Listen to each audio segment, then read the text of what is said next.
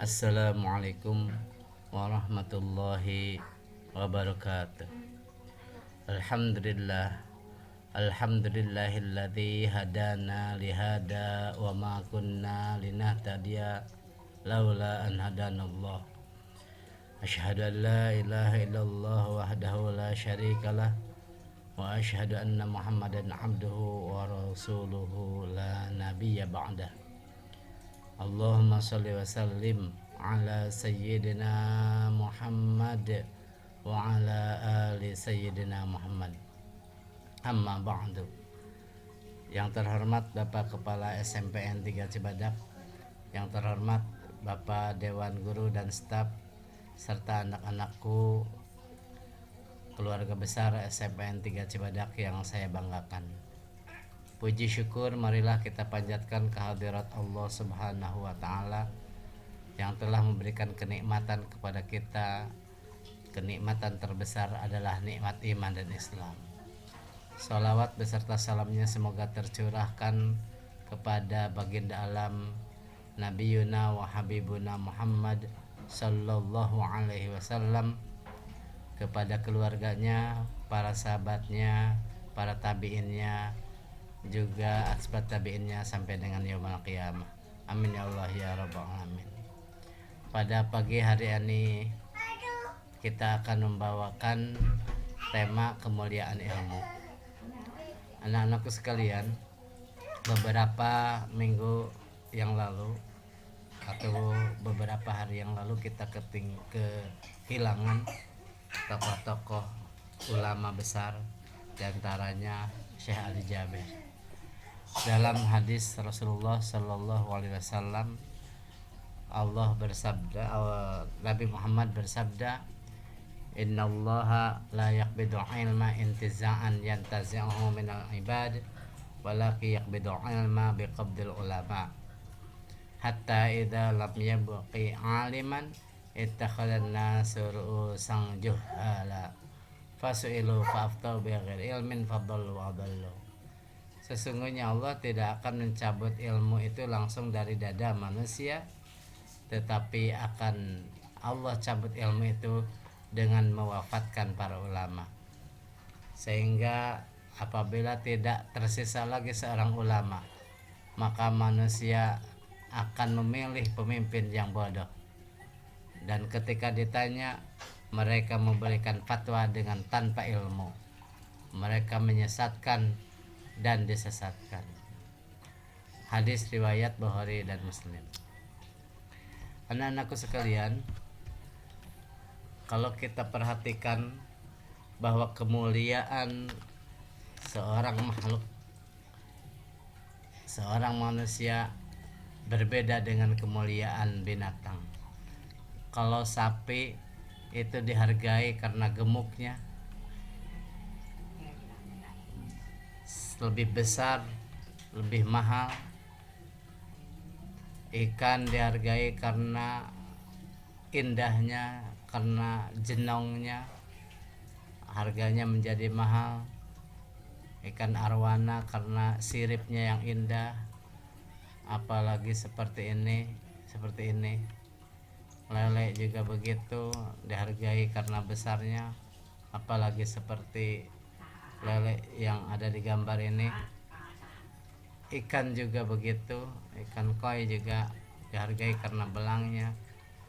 Burung dihargai karena suaranya yang merdu atau bisa meniru manusia seperti beo ini, atau indah bulunya seperti burung merak ini. Kucing dihargai karena keindahan atau karena kepesekan hidungnya. Semakin pesek semakin mahal. Ikan semakin cebol semakin mahal. Kemudian anjing juga dihargai karena kegalakannya. Maka apakah kemuliaan yang ada pada diri manusia? Maka kemuliaan tidak bisa dilihat dari gemuknya seseorang, karena kulitnya bagus, karena wajahnya cakep, karena rambutnya indah, bukan karena hartanya banyak, bukan karena mahal pakaiannya, bukan karena jabatannya tinggi atau karena mobilnya mewah, tapi manusia dilihat dari amal dan perbuatan. Innallaha la yanzuru ila suwarikum wa amwalikum walakin yanzuru ila qulubikum wa amalikum. Sesungguhnya Allah tidak akan memandang rupamu, hartamu, tetapi Allah akan memandang hatimu dan amal perbuatanmu. Hadis riwayat Muslim. Anak-anakku sekalian,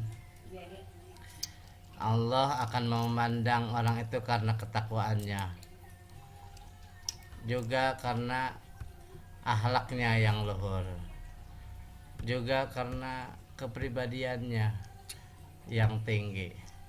Ketiganya harus ada dalam diri manusia dan masuk ke dalam hati manusia. Dan akal, fisik, serta hati ini harus bekerja sama di dalam kerja tubuh. Akal diisi dengan ilmu, pengalaman, informasi. Hati diisi dengan iman, niat yang kuat, karakter yang baik. Begitu juga anggota badan diisi dengan ucapan, perbuatan, kebiasaan yang baik. Dan ingat, semua itu dikendalikan oleh suatu segumpal daging yang ada dalam tubuh manusia yang dinamakan hati. Kinerja ketiga unsur manusia akan efektif dan produktif bila ketiga unsur tersebut sehat, aktif, dan sinergis. Anak-anakku sekalian, oleh karena itu perhatian dan pengelolaan terhadap ketiga unsur tersebut harus serius dan seimbang, atau dalam istilah lain tawazun. Tawazun atau keseimbangan ini seperti mana keseimbangan alam semesta. Otak tidak cukup pintar, tubuh tidak cukup segar. Kalau hatinya gak benar, maka akan kebelingar. Begitu juga kalau otaknya pintar, hatinya benar, tubuhnya gak segar, juga akan kelengar. Kemudian kalau tubuhnya segar, hatinya benar, tapi otaknya gak pintar, juga akan menimbulkan minder. Dan yang paling bagus adalah otaknya pintar, hatinya benar, serta tubuhnya segar. Insya Allah akan menjadi manusia super. Anak-anakku sekalian, tawazun ini atau keseimbangan ini harus sinergi antara ilmu, iman, dan amal. Penuhi kebutuhan akal, hati, dan jasad secara proporsional. At-tawazun, akal diisi dengan ilmu, hati diisi dengan zikir, serta fisik diisi dengan makanan. Jaga dan pelihara akalmu dengan banyak menuntut ilmu. Walaupun kita dalam kondisi pandemi 19 atau corona, kita tidak ada halangan untuk menuntut ilmu. Allah berfirman dalam surat Al-Mujadalah ayat 11, yarfa'illahu alladzina amanu minkum walladzina utul ilma darajat. Sesungguhnya Allah akan mengangkat orang-orang yang beriman di antara kamu dan orang-orang yang berilmu dengan beberapa derajat. Bahkan dalam hadis Nabi dijelaskan, idza mata ibnu adam in qata'a amaluhu illa min thalathin, sadaqatin jariyatin aw ilmin yuntafa'u bihi aw waladin sholihin yad'u lahu.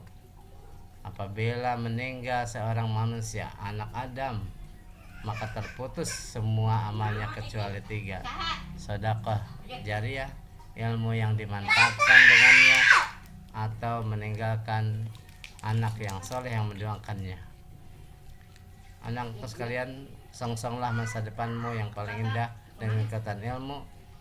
Insya Allah akan menjadi orang yang mulia. Demikian tausiah duha pada pagi hari ini. Mohon maaf atas kekurangannya. Mudah-mudahan kita semuanya diberikan ilmu yang bermanfaat dunia dan akhirat oleh Allah Subhanahu wa taala. Wallahul muwafiq ila aqwamit thoriq. Wabillahi taufiq wal hidayah. Wassalamualaikum warahmatullahi wabarakatuh.